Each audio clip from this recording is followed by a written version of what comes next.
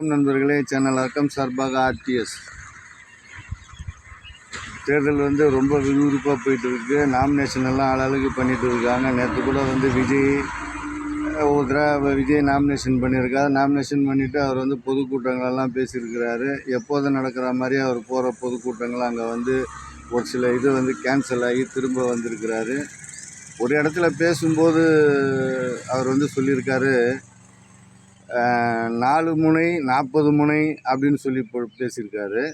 அப்புறம் அதை விட்டுட்டு ரெண்டாவது என்ன சொல்கிறாருனாக்கா 2 முனை போட்டி அப்படின்னு சொல்கிறாரு. யாருக்கிட்ட 2 முனை போட்டின்னு சொல்கிறாருன்னு தெரியும். அவர் மோதுறது திமுக கூடவா இல்லை அதிமுக கூடவான்றது தெரியல.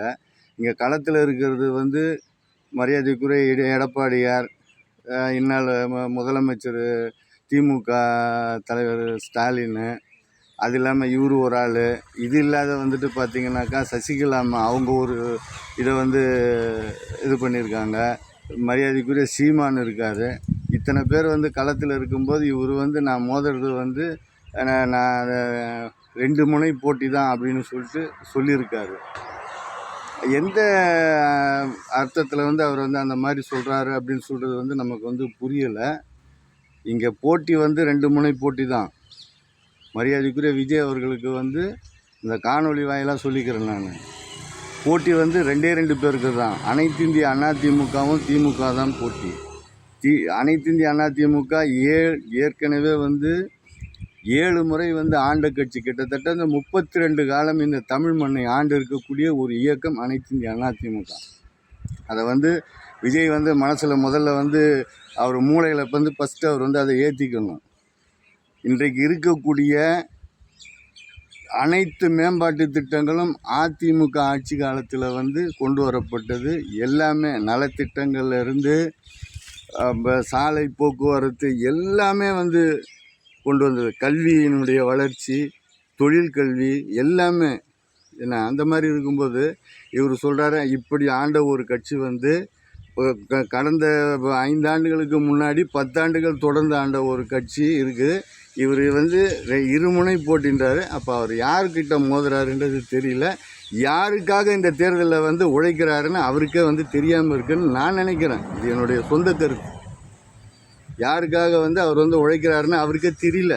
ஒருவேளை திமுகவுக்கு உதவுவதற்காகவே அவர் களத்தில் இருக்கிறாரான்றது தெரியல. ஏன்னா நம்ம அப்படி தான் பார்க்க வேண்டியதாக இருக்குது அவருடைய பேசக்கூடிய பேச்சுக்கள்லாம். நீ ஒரு தேர்தலில் மக்களை சந்திக்கணும். என்ன செய்ய போகிறேன், ஏது செய்ய போகிறேன், என்னால் என்ன செய்ய முடியும். நீங்கள் ஏற்கனவே இவங்க என்ன சொல்கிறாங்களோ அதையே 2000 கொடுக்குறத நாங்கள் 2500ன்றீங்க. இதெல்லாம் ஒரு தேர்தல் அறிக்கையா? அப்போ யாரை ஏமாத்துறதுக்கு? ஏற்கனவே திமுக மக்களை ஏமாற்றிட்டு இருக்கிறான். 1000 தரேன், 2000 தரேன், 3 மாதத்துக்கு உண்டான 1000 ரூபாயை கொடுத்து போட்டு நான் கோடைக்கு நீங்கள் குளிர் விட்டுறதுக்கு ஒரு 2000 சேர்த்து தரேன், ஏற்கனவே ஒரு 5000 கொடுத்து ஏமாற்றினேன். ஒவ்வொரு இதுவும் இதே மாதிரி நீங்களும் இந்த மாதிரி பேசிக்கிட்டு மக்களை நீங்களும் ஏமாத்துறதுக்கு ஆரம்பிச்சிட்டிங்களா? அதை தான் நம்ம கேள்வி கேட்க வேண்டியதாக இருக்குது. இப்போ பார்த்தீங்கன்னா ஸ்டாலின் பார்த்தீங்கன்னாக்கா அவருடைய தேர்தல் அறிக்கையில் 8000 ரூபாய்க்கு கூப்பன் கொடுத்துருவாங்களாம். எலெக்ஷன் முடிஞ்சவொடனே அவங்க இஷ்டத்துக்கு என்ன 8000 ரூபாய்க்கு என்ன வாங்குறது. அதை விட அதிமுகவினுடைய பொதுச் செயலாளர் ஃப்ரிட்ஜு தரேன்னு இருக்கார். ஆட்சிக்கு வந்தவொடனே 10,000 ரூபா இந்த நலத்திட்டத்துக்காக இப்போ 10,000 ரூபா கொடுக்குறேன்னு சொல்லியிருக்காரு. என்ன இதையெல்லாம் தாண்டி இவங்க இந்த தேர்தல் அறிக்கையை பார்த்துட்டு இவங்களும் அதே மாதிரி ஒரு 8000 ரூபா கூப்பன் தரேன்ட்டு சொல்லிகிட்டு இருக்காங்க. மக்களை ஏமாது. இப்போவுமே இந்த பொம்பளைங்களாம் என்ன செய்கிறாங்கன்னாக்கா இந்த மாதிரி இப்போ ரேஷன் கடையில் டோக்கன் தராங்களாம். டோக்கன் தரான். அது என்ன டோக்கன், எப்படி தராங்க என்னன்னு தெரியல. அந்த டோக்கனை வாங்கி பார்த்துட்டு அடுத்த காணொளி போடுறோம். நன்றி, வணக்கம், ஆர்டிஎஸ்.